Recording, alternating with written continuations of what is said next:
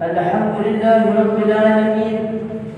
Wassalatu wassalamu ala ashrafil anbiya'i wal mursalin Sayyidina Muhammadin wa ala alihi wa sahbihi ajma'in. Amma ba'du. Yang saya hormati para asatidz wal asatidah, para tokoh masyarakat, tokoh agama yang saya taklimi, Gurunda Kiai Masyudi Syamsuddin, yang semoga beliau beserta keluarganya disehatkan rohani jasmaninya, dipanjangkan umurnya dan dilancarkan rezekinya. Amin Allahumma amin. Dan yang saya hormati pula kepada para pengurus dan seluruh jamaah Masjid Nurul Falah yang semoga dirahmati Allah Subhanahu wa taala. Amin ya rabbal alamin. Pertama-tama, marilah kita panjatkan puji dan syukur kita atas kehadiran Allah Subhanahu wa taala yang telah memberikan kita nikmat sehat wal afiat sehingga kita bisa berkumpul di Masjidul Falah ini. Salawat beserta salam semoga tetap tercurahkan kepada baginda Nabi besar Muhammad sallallahu alaihi wasallam. Hadirin yang saya hormati, berdirinya saya di sini hanya ingin menyampaikan sebuah ceramah singkat yang bertema 5 perkara yang apabila kita remehkan 5 perkara ini, maka 5 perkara yang lain akan merugikan kita. Di dalam kitab Nashihul Ibad di bab kelima, Nabi bersabda, kata Nabi, ada 5 perkara yang apabila kita remehkan 5 perkara itu, maka 5 perkara yang lain akan merugikan kita. Apa itu? Yang pertama, man istaghafa bil ulama'i muqasiruddin. Barang siapa yang meremehkan kepada para ulama, membenci kepada para ulama, memusuhi para ulama, maka ia akan jauh dari agama Allah Subhanahu wa taala. Oleh karena itu, wahai para hadirin, jangan sampai kita meremehkan para ulama, jangan sampai kita jauh dari para ulama, karena apabila kita jauh dari para ulama, maka kita akan jauh dari rahmat Allah Subhanahu wa taala. Dan yang kedua, barang siapa yang meremehkan kepada pemerintah atau pemimpin, maka ia akan rugi dalam urusan dunia. Dan yang ketiga, wa man istaghafa bil jirani khasirul manafi'. Barang siapa yang meremehkan kepada tetangganya sendiri, yang meremehkan tetangga yang dekat, orang yang dekat di rumah kita, maka ia akan rugi dalam urusan masyarakat. Karena kata Nabi Muhammad sallallahu alaihi wasallam dalam sebuah hadisnya, "Walladzi nafsi biyadihi la yu'minu yuhibbu hatta yuhibbu lirijalihi ma yuhibbu li nafsihi." Demi zat Allah, diriku yang ada diriku ada pada dalam kuasaannya, bahwa tidak ada seorang hamba yang beriman kepada Allah Subhanahu wa taala sehingga ia menghormati, mencintai tetangganya sendiri sebagaimana ia mencintai dirinya sendiri. Dan di hadis lain Nabi juga bersabda yang artinya Allah Subhanahu wa taala suka, mencintai kepada orang-orang yang mempunyai tetangga yang jelek, tetangga yang suka ghibah, tetangga yang suka gosip, tetangga yang suka gini gitu. Maka akan tetapi kita masih berbuat baik padanya, kita masih memaafkannya karena Allah, maka kita akan diberi rahmat dan ridhonya Allah Subhanahu wa taala. Dan yang keempat, barang siapa yang meremehkan kepada kerabat kita, maka ia akan rugi dalam urusan kasih sayang. Dan yang kelima, barang siapa yang meremehkan kepada anak, istri, bapa dan ibu, maka kita amalkan, ia akan rugi dalam urusan sehari-harinya yang baik. Hadirin yang saya hormati, mungkin hanya inilah ceramah yang saya sampaikan. Semoga bermanfaat bagi kita sekalian, terutama bagi anak-anak pribadi. Semoga kita dijauhkan dari meremehkan 5 perkara tadi. Wassalamualaikum warahmatullahi wabarakatuh.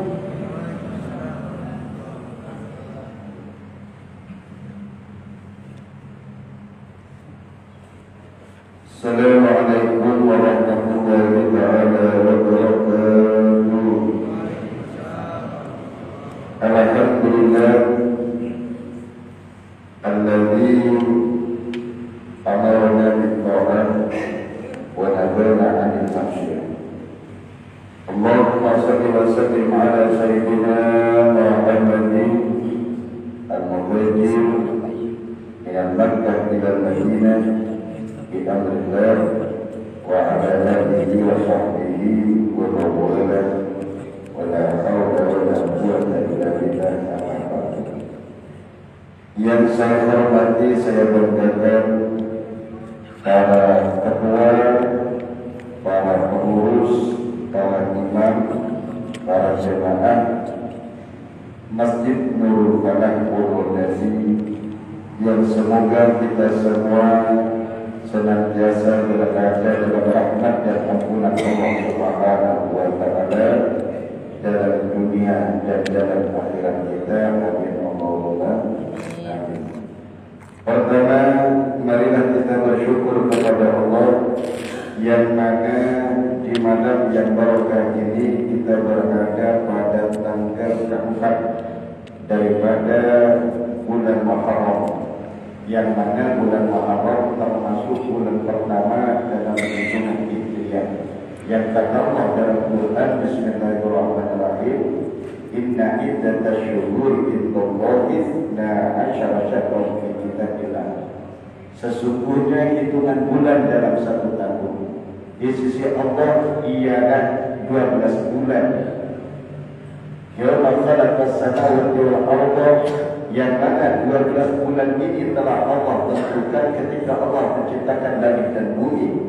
Minha arba'atul hurum, di antara 12 bulan ini ada 4 bulan yang mulia yang haram peperangan tersebut. Di antaranya Dzulqa'dah, Dzulhijjah, Dzulqa'dah setelah Syawal, Dzulhijjah jam setelah Dzulqa'dah, kemudian Muharram, Dzulqa'dah bulan 11, bulan 10, Dzulqa'dah bulan 11, Dzulhijjah bulan 12, dan Muharram bulan 1 dalam hitungan Hijriah. Apa kan Pak? Bulan Muharram, bulan Hijriah. Kalau Nasrani kan apa sama? Januari, Februari, Maret, April, dan seterusnya. Kalau bulan Hijriah, mungkin banyak yang tak hafal. Padahal seluruh kejadian dalam Islam, momen-momen penting dalam Islam itu bergantung daripada bulan Hijriah. Tidak ada Rasulullah hijrah di bulan Januari, tidak ada. Rasulullah hijrah di bulan Muharram. Puasa Ramadan pada diwajibkan oleh Allah Ta'ala, dan seterusnya dan seterusnya. Kejadian-kejadian dalam Islam itu berkenaan pada bulan-bulan itu. Pantas bagi kita sebagai umat Islam hafal, minimal tahu.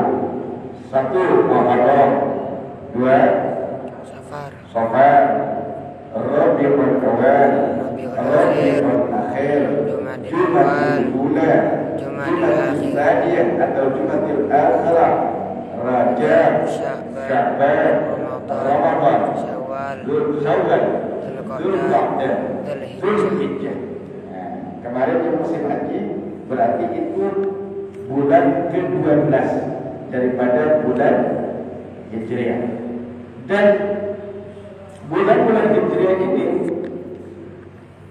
dihitung, tahun Hijriah ini dihitung dari bid'ahnya Rasulullah. diletakkan oleh Sayyidina Umar di zamannya Sayyidina Umar bin Khattab radhiyallahu anhu atas usulannya Sayyidina Ali radhiyallahu anhu. Jadi sahabat ini pengen menghitung dari mana kita menghitung tahun Hijriah ini.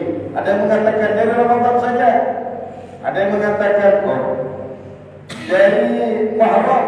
Maka setujulah bahwa dihitung Hijriah ini dari hijrahnya Nabi. Kapan? Dia itu di bulan Muharram. Bulan Muharram tanggal 1 Hijriah. Tanggal bulan 1 Hijriah. Bulan Muharram. Di bulan Muharram mulia. Kenapa bulan Muharram itu mulia? Karena di bulan Muharram itu ada hari Asyura. Di dalam Islam, bulan itu akan mulia kalau di situ ada kejadian luar biasa. Dzulhijjah mulia karena di situ adalah bulan haji. Ada wukuf di Arafah, di Mina dan lain sebagainya. Ibadah-ibadah haji berada di bulan haji. Ramadan mulia karena di situ diwajibkan puasa Ramadan dan di situ ada nuzul Quran, turunnya Quran, dan di situ pula ada malam termulia yaitu malam Lailatul Qadar. Bulan Jumadil Ula, bulan Rabiul Awal, Rabiul Tsani, lahirnya Rasulullah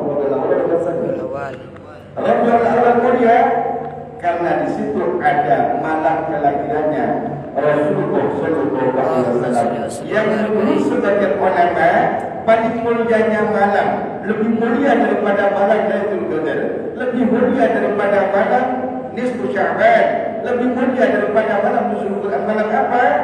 Malam Rabiul Malam Maulid Rasul, malam di mana di situ dilahirkannya Rasulullah sallallahu alaihi wasallam. Kenapa demikian kata ulama? Karena dengan lahirnya Rasulullah maka turunlah Quran kepada Rasulullah. Dengan lahirnya Rasulullah maka turunlah Lailatul Qadar kepada Rasulullah. Dengan lahirnya Rasulullah terjadilah malam-malam penting, malam Isra, malam Lailatul Qadar, malam nuzul Quran. Maka semua berada di malam itu semua terjadi karena ada satu malam mulia yaitu malam 12 Rabiul Awal, malam di mana ketika itu dilahirkannya manusia, makhluk termulia sepanjang masa, makhluk termulia dunia akhirat, makhluk termulia di langit dan bumi ialah kanjeng Rasul Muhammad sallallahu alaihi wasallam. Maka alhamdulillah kita dijadikannya umat kanjeng Nabi Muhammad sallallahu alaihi wasallam. Maka kalau ada pertanyaan lebih mulia mana, lebih afdal mana siang dan malam? Lebih mulia mana, Pak? Siang dan malam? Malam. Kenapa malam? Allah Ta'ala mengutus para utusan itu malam. Ceritanya Nabi Musa diangkat jadi utusan malam. Rasulullah diangkat ke langit, peristiwa Isra Mi'raj malam, Laila malam. Kemudian nuzul Quran malam. Tidak ada malam hari apa? Siang nuzul Quran kan? Malam nuzul Quran. Lailatul Qadar malam. Banyak disebut itu malam oleh Allah. Dan dalam kitab Tafsir Yasin Hamami ada sebuah kitab namanya Tafsir Yasin. Kitab surah Yasin itu ditafsirkan oleh Syekh Hamami. Di situ dijelaskan kenapa malam lebih mulia daripada siang. Di antaranya selain kejadian itu karena malam diciptakan oleh Allah Ta'ala dari surga. Siang diciptakan dari neraka. Kok bisa demikian? Iya. Dikisahkan, diriwayatkan bahwa di dalam surga itu ada bilang. Kemudian dikumpulkanlah bilang itu oleh Allah lalu diletakkan ke dunia sehingga di surga tak ada gelap sama sekali. Kegelapan itu diletakkan di dalam dunia. Artinya kegelapan yang ada di surga itu ada di dunia, jadilah malam. Di dalam kitab Tafsir Yasin Hamami. Kemudian siang diciptakan oleh Allah dari neraka. Dalam kitab itu Allah Ta'ala bersolat. Kenapa diciptakan di neraka? Dikisahkan, diceritakan bahwa di neraka itu ada terang, ada terang. Kemudian terang yang ada di neraka itu dikumpulkan lalu diletakkan ke dunia, maka jadilah siang. Maka di neraka jangan cari terang. Walaupun secara akal api itu terang saja. Bahkan di neraka itu alhamdulillah dikisahkan dalam kitab-kitab bahwa kalau orang masuk neraka itu diletakkan dalam satu apa itu namanya, kayak seperti sumur atau jurang, itu gelap, mudlimun, sehingga dia dikisahkan bahwa api neraka itu dihidupkan, digolongkan api neraka itu selama 1000 tahun. Alhamdulillah, mudah-mudahan selamat oleh Allah. 1000 tahun digolongkan api neraka itu, sehingga saking panasnya api neraka itu hatta mawat, hingga dia menjadi merah saking panasnya. Kemudian dihidupkan lagi selama 1000 tahun hatta suwatan, saking panasnya api neraka api yang asalnya merah hatta suwatan, hingga hatta yadab, hingga menjadi putih. Kemudian dihidupkan lagi selama 1000 tahun saking panasnya api neraka itu hatta suwatan, hingga api neraka ini menjadi hitam. Maka bahaya mudlimatin, maka api neraka itu muswaddatul mudlimah, hitam legam, gelap. Alhamdulillah min dzalik, mudah-mudahan diselamatkan oleh Allah Taala. Karena apa? Andai kata seperti separuh biji kurma itu diletakkan dari api neraka kemudian disimpan di bumi, niscaya bumi tidak akan menumbuhkan pepohonan saking panasnya api neraka. Kalau tak percaya Pak Bu, nanti pulang sampean hidupkan kompor lalu berdiri di atas kompor. Kalau mampu berarti tahan api neraka. Itu api yang di dunia itu yang kita tak mampu panasnya itu adalah bekas daripada asap api neraka. Dulu Allah Ta'ala Nabi Adam dulu perlu api di bumi. Kan tak ada api, Nabi Adam turun ke bumi kan tak ada api. Asal usul api dari mana? Akhirnya Allah perintahkan kepada mereka untuk ngambil api ke neraka. Diambilkan separuh biji kurma. Akhirnya diletakkan dan ini sudah dicuci ke puluhan lautan. Ketika dicuci lautannya habis air, dicuci habis. Akhirnya diletakkan di gunung. Setelah dicuci, akhirnya saking panasnya api neraka ini, gunung tak mampu menjadi tempatnya api neraka. Yang neraka kembali ke tempatnya dan ternyata ada sisa asap. Lah, di dunia ini adalah sisa asap api neraka tadinya kecil seperti kuku, dan kecil, lebih kecil daripada separuh daripada biji kurma. Maka mudah-mudahan oleh Allah Ta'ala kita selamat. Maka kita berdoa. Apa doanya? Allahumma inna nas'aluka wal jannah wa na'udzubika min sakhatika wan nar, atau min sukhtika wan nar, sama-sama bisa. Syukur termasuk isim masdar, sakhotun juga isim masdar dari lafaz sakhotoh yasqitoh yasqotu sukhon atau sakhoton, sakhotoh yasqotu sukhon atau sakhoton, sama-sama boleh. Atau yang kita baca kalau maulid dan isya dianjurkan 7 kali, maulid dan subuh dianjurkan 7 kali. Allahumma ajirna minan nar, Allahumma ajirna minan nar, Allahumma ajirna minan nar, Allahumma ajirna minan nar, Allahumma ajirna minan nar. Ya Allah, selamatkan kami dari api neraka, selamatkan kami dari api neraka. Itu kalau maulid dan isya sunnahnya dibaca 7 kali. Ini diterangkan dalam kitab Al-Adkar Nawawiyah. Baik, hadirin yang semoga dibanggakan oleh Allah Ta'ala, di hari bulan Muharram mulia karena ada hari Asyura. Kalau dalam Jawanya disebut Syura, hari Asyura. Kapan hari Asyura? Tanggal 10 bulan Muharram. Ini kenapa tanggal 10 bulan Muharram itu mulia? Banyak kejadian-kejadian luar biasa. Saya bawakan kitabnya, kitab Tabiul Ghafilin, karya Al-Muhaddits Al-Mutkir Al-Qadir Maulana Syekh Nasr bin Muhammad bin Ulad As-Samarqandi radhiyallahu ta'ala anhu di bab fadli yaum Asyura, bab keutamaan hari Asyura. Qala al-faqih Abu Lais As-Samarqandi rahimahullahu ta'ala ila akbar sampai seterusnya an Abdullah bin Abbas dari sahabat Abdullah bin Abbas radhiyallahu anhu qala Rasulullah sallallahu alaihi wasallam, Rasulullah bersabda, man shoma yaum Asyura min al-Muharram, ya hari Asyura itu sunnah berpuasa. Saya bacakan hadisnya. Man shoma yaum Asyura min al-Muharram, barang siapa berpuasa di hari Asyura tanggal 10 bulan Muharram, aqallahu ta'ala thawab Asyura bi alafi malakin, maka Allah Ta'ala akan memberikannya seperti pahalanya 10.000 para malaikat.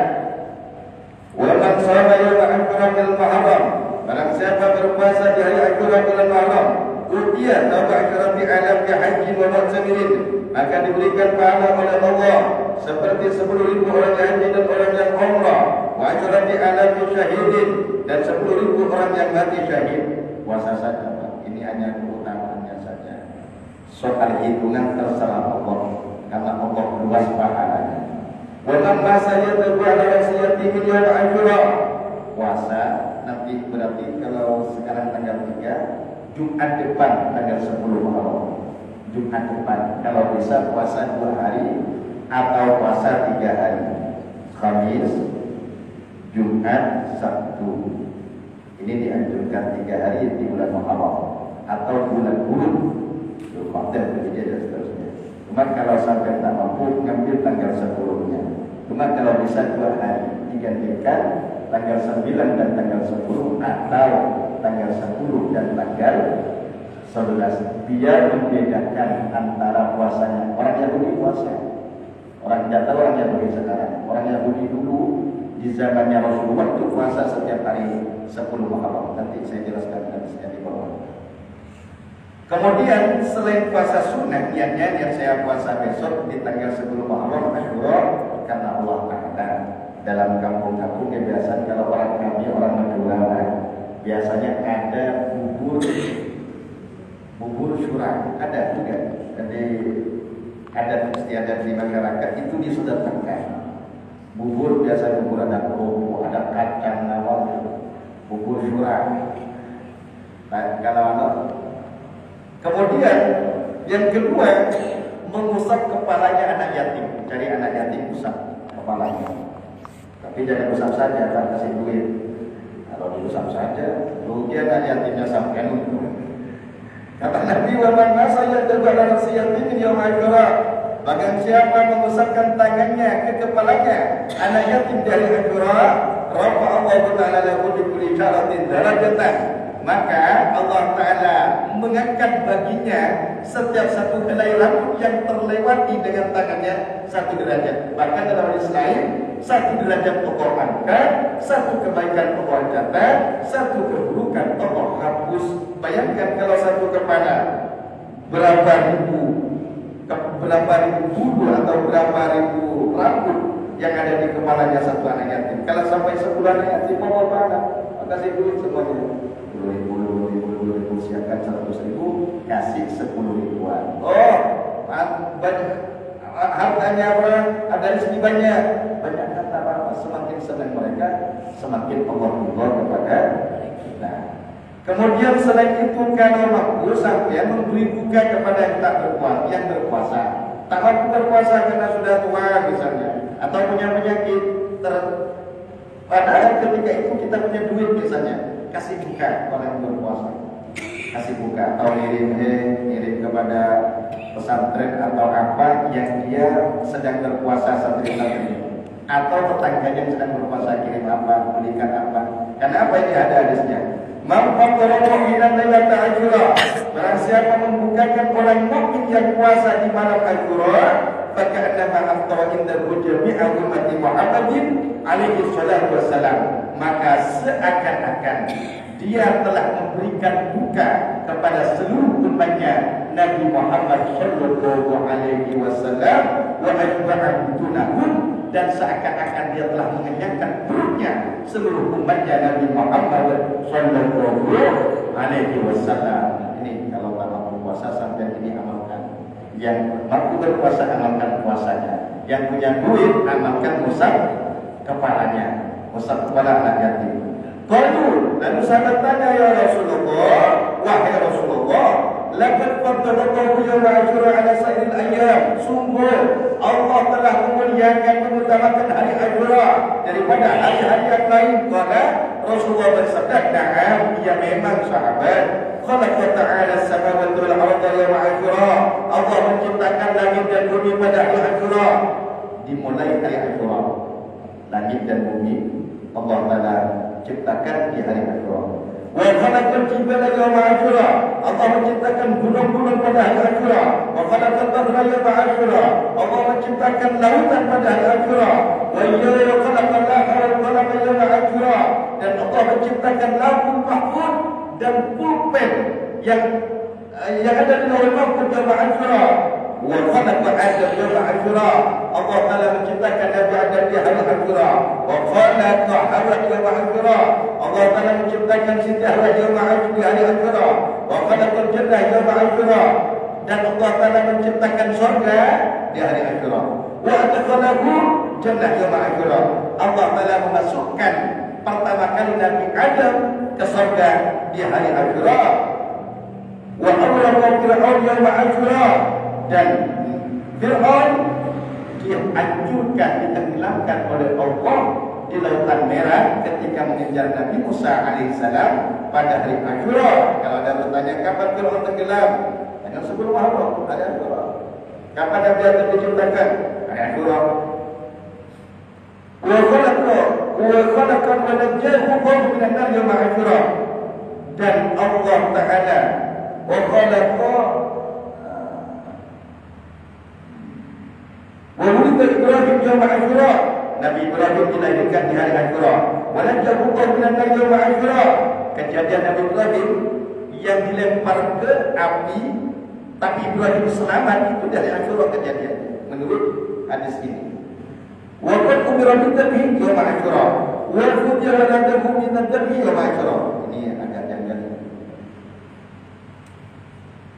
Wa awraqa Fir'aun yawma Asyura. Wa kajaban belahan Ayyub yawma Asyura. Dan Nabi Ayyub yang sering saya ceritakan yang sakitnya 18 tahun itu disembuhkan oleh Allah Ta'ala pada hari Asyura. Wa tabadah ala Adam yawma Asyura. Dan Allah Ta'ala mengampuni Nabi Adam setelah diusir oleh Allah. Nabi Adam baca La ilaha illa anta subhanaka inni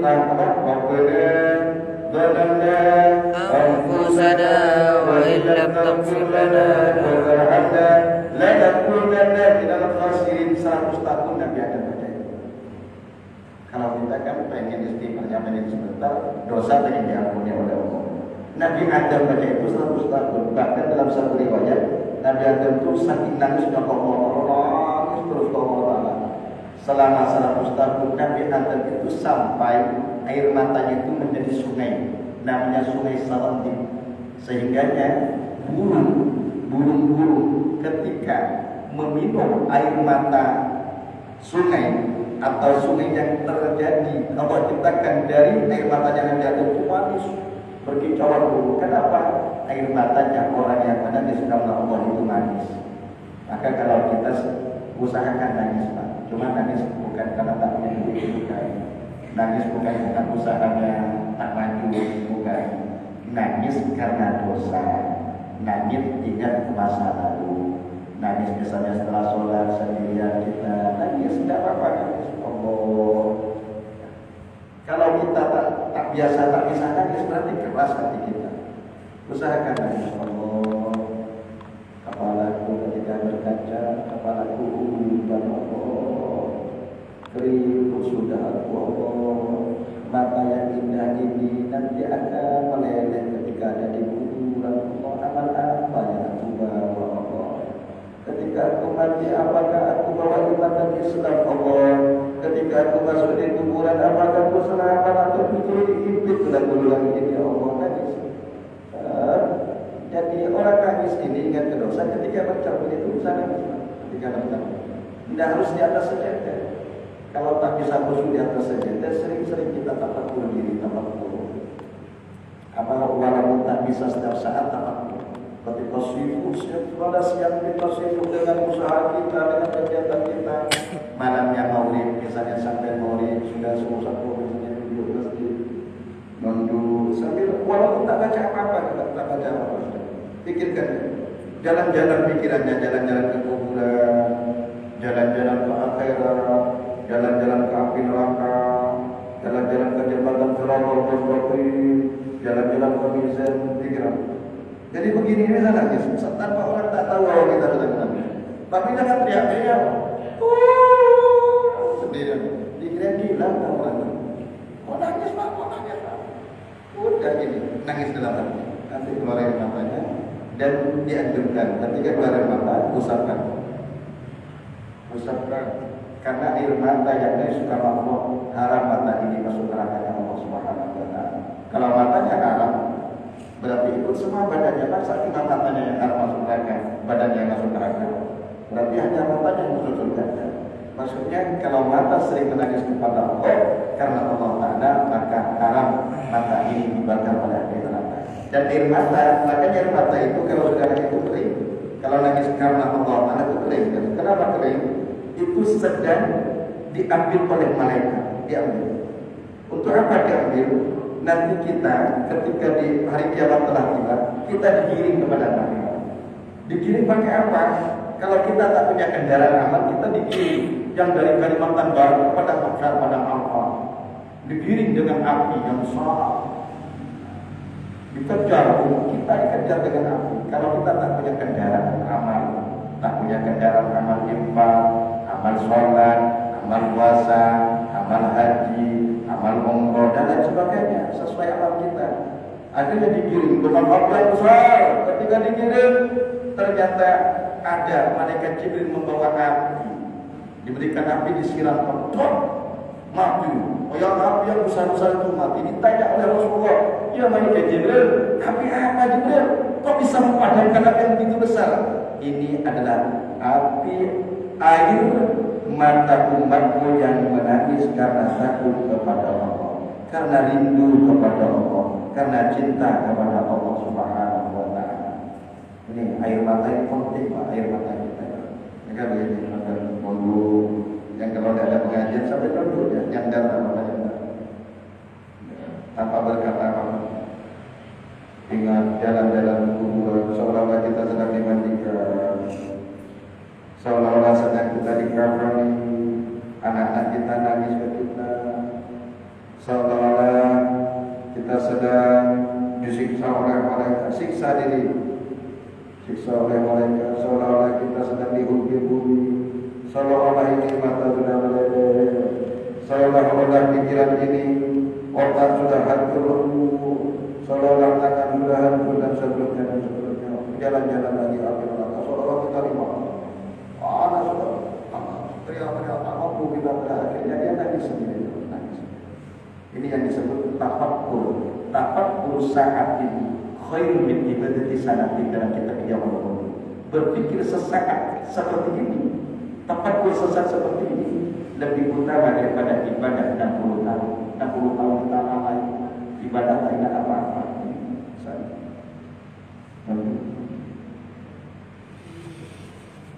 Allah. Hari Asyura penting bertafakkur. Baik. Allah. Wa ghafara dzanbahu yaum Asyura dan Allah Taala mengampuni Nabi Daud alaihi salam yaum Asyura di hari Asyura. Wa radda mulka Sulaiman yaum Asyura dan Allah Taala mengembalikan kerajaan Nabi Sulaiman. Nabi Sulaiman itu sempat oleh Allah Taala diambil kerajaannya. Lalu Allah kembalikan di hari Asyura. Ulida Isa yaum Asyura. Nabi Isa dilahirkan oleh Siti Maryam pada hari Asyura. Wa rafa'a Idris wa Isa yaum Asyura dan Nabi Idris Nabi Isa diangkat ke langit oleh Allah di hari Asyura. Kemudian Nabi SAW Yaum Asyura, ini muskil, cuma kita ambilan bahwa umurnya Nabi Muhammad SAW itu diciptakan pada hari Asyura. Kemudian wayul kiamati fi yaumi Asyura, dan hari kiamat itu pada hari Asyura. Jadi kalau ada pertanyaan kapan kiamat, berarti kalau kita gabungkan dalam dua hadis, hari kiamat itu pada hari Jumat dan hari Asyura, tapi waktunya kita tak tahu kapan. Bapak ada besok tentang waktu. Ini di antara Tuhan. Dulu ketika Rasulullah pindah dari kota Mekah ke kota Madinah dengan perintah Allah, di Madinah Rasulullah mendapati orang Yahudi itu puasa. Ketika ditanya, "Hei orang Yahudi, kenapa kamu puasa di hari Asyura?" Fihi, hari Asyura adalah hari di mana Musa diselamatkan oleh Allah Ta'ala dan Fir'aun ditenggelamkan oleh Allah Ta'ala. Aku berpuasa karena berterima kasih tentang hal itu. Maka kata Nabi, "Nahnu aula Musa minkum." Maka ketika itu Nabi memerintahkan kita dan umatnya untuk berpuasa karena kita lebih berhak untuk memuliakan hari Asyura dibandingkan orang Yahudi. Maka oleh karena itu kalau mampu puasa, kita mampu ngambil amalan-amalan yang lain. Apa amalannya? Di antaranya sebanyak 3 tadi: puasa, memberi buka, kemudian memesan kemana, kemudian di antaranya silaturahmi kepada ulama. Terserah, sampai punya guru, pergi kepada gurunya, itu dianjurkan di hari Asyura. Pergi, tapi tak usah pergi itu bawa apa-apa. Bahagiakan maksudnya hati gurunya. Kalau pergi saja, apalagi perginya tak puasa lagi. Dalam gurunya makan kopi, makanan habis, misalnya, dan seterusnya. Artinya bahagiakan, banggakan. Kemudian apalagi zur animan, berziarah kepada orang alim. Sudah selesai. Apalagi 10 yang dianjurkan, di antaranya yang tadi bercelak, sudah bercelak di hari Asyura. Bapak-bapak yang tak pernah celak, hari Asyura nanti celaan. Cuma jangan tebal-tebal lah. Dikirimkan istrinya kemana, bapaknya sudah bawa. Dikirim mau kawin lagi, sudah hari Asyura bercelak dan seterusnya. Mudah-mudahan bermanfaat oleh Allah Ta'ala. Semoga kajian tentang 10 Muharram atau tentang hari Asyura ini bermanfaat kepada kita, sehingga mudah-mudahan kita pun baru hijriah umur kita semakin dekat, berarti mudah-mudahan oleh Allah semakin berkah dan bisa kita bawa untuk beramal soleh, dan mudah-mudahan andai kata ajal kita sampai, mudah-mudahan mati dalam keadaan husnul khatimah, amin. Husnul khatimah, amin. Husnul khatimah, amin. Wassalamualaikum warahmatullahi taala wabarakatuh.